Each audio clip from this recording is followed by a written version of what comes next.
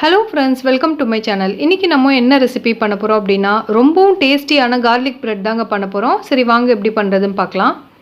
Garlic bread பண்ணுறதுக்கு first பூண்டு தேவை. நான் இந்த அளவுக்கு பூண்டு எடுத்து வச்சுருக்கேங்க.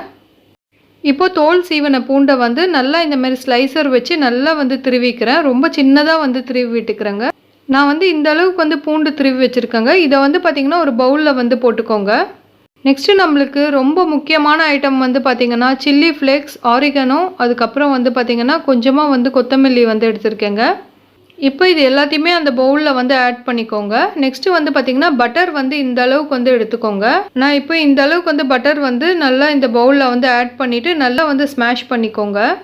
பட்டர் ஃப்ரிட்ஜில் இருந்துச்சுன்னா கொஞ்சம் நேரத்துக்கு முன்னாடியே எடுத்து வெளியில் வச்சுக்கோங்க.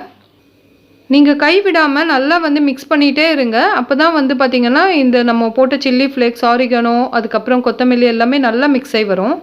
நெக்ஸ்ட்டு பார்த்திங்கன்னா இந்த மாதிரி நான் 2 ஸ்லைஸ் ப்ரெட் எடுத்துருக்கேங்க. ப்ரெட் பார்த்திங்கன்னா நல்லா நீல வாக்கத்தில் கட் பண்ணி வச்சுருக்கேன்.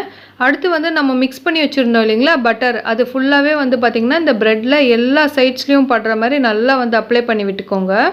இங்கே பாருங்கள், நான் இது கம்ப்ளீட்டாக இதில் அப்ளை பண்ணியிருக்கேன். இந்த மாதிரி ஃபுல்லாகவே எல்லாத்தையுமே அப்ளை பண்ணி வச்சுக்கோங்க. நான் அந்த 4 பீஸ்லேயும் பார்த்திங்கன்னா கம்ப்ளீட்டாக நல்லா அப்ளை பண்ணி வச்சுட்டேங்க. அடுத்து பார்த்திங்கன்னா இந்த மாதிரி ஒரு பேன் கேஸில் வச்சுட்டு சிம்மில் வச்சுருங்க.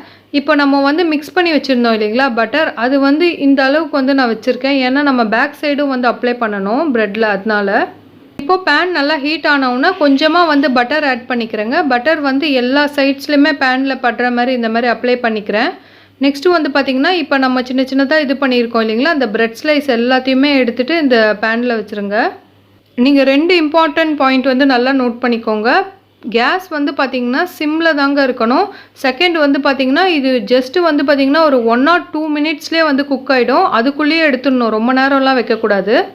இப்போ பாருங்கள், இந்த சைட் ஃபுல்லாகவே குக் ஆகிடுச்சு. நான் 2 மினிட்ஸ் கழித்து இப்படி திருப்பி விட்டுக்கிறேன். திருப்பி விட்டோன்னே இந்த சைட்லேயும் பார்த்திங்கன்னா நம்ம கொஞ்சமாக அந்த பவுலில் எடுத்து வச்சுருந்தோம் இல்லைங்களா, அந்த பட்டர் ஃபுல்லாகவே இதில் அப்ளை பண்ணி விட்டுக்கோங்க.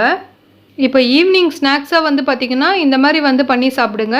இப்போ இதே மாதிரி எல்லா ஸ்லைஸையும் திருப்பிட்டு இந்த மாதிரி அந்த பட்டர் வச்சு ஃபுல்லாகவே அப்ளை பண்ணிக்கோங்க.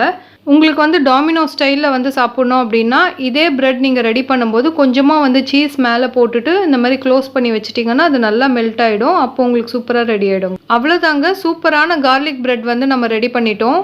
நான் ஒரிஜினல் டேஸ்ட்டாக இருக்கணும்னு சொல்லிட்டு தாங்க இந்த மாதிரி பண்ணியிருக்கேன். இது ரொம்பவும் டேஸ்ட்டாக, ரொம்ப க்ரன்ச்சியாக, அந்த ஸ்பைசஸ் எல்லாமே உள்ளே இருந்து ரொம்ப சூப்பராக இருந்துச்சுங்க சாப்பிட. நீங்களும் உங்கள் வீட்டில் ட்ரை பண்ணி பாருங்கள். மறக்காமல் என்னோடய சேனலை சப்ஸ்கிரைப் பண்ணிக்கோங்க. இந்த மாதிரி நிறைய யூஸ்ஃபுல்லான வீடியோஸ் எல்லாமே என்னோடய சேனலில் ஷேர் பண்ணுறேன். இவ்வளோ நேரம் என்னோடய வீடியோ பார்த்துக்கு தேங்க்யூ. தேங்க்ஸ் ஃபார் வாட்சிங். பை.